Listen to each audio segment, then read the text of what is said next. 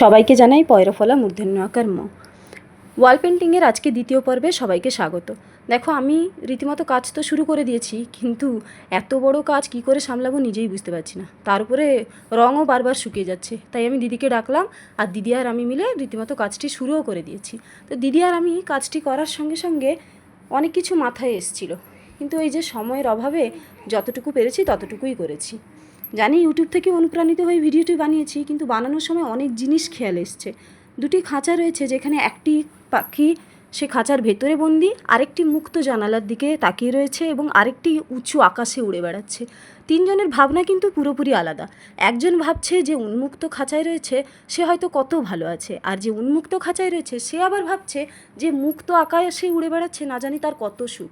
আর যে মুক্ত আকাশে উড়ে বেড়াচ্ছে সে ভাবছে, ইস, তাদের তো কোনো চিন্তাই নেই, ঘরে বসে খাওয়ার পেয়ে যায়, কোনো কষ্টই তাদেরকে করতে হয় না। তাই এর মাধ্যমে একটা জিনিস কি বোঝা যায় জানো তো, যে সকলের ভাবনা চিন্তা এক নয়, যে যার পরিস্থিতিতেই সবাই কিন্তু নিজেদেরকে মানিয়ে নিতে শিখে যায়। নমস্কার।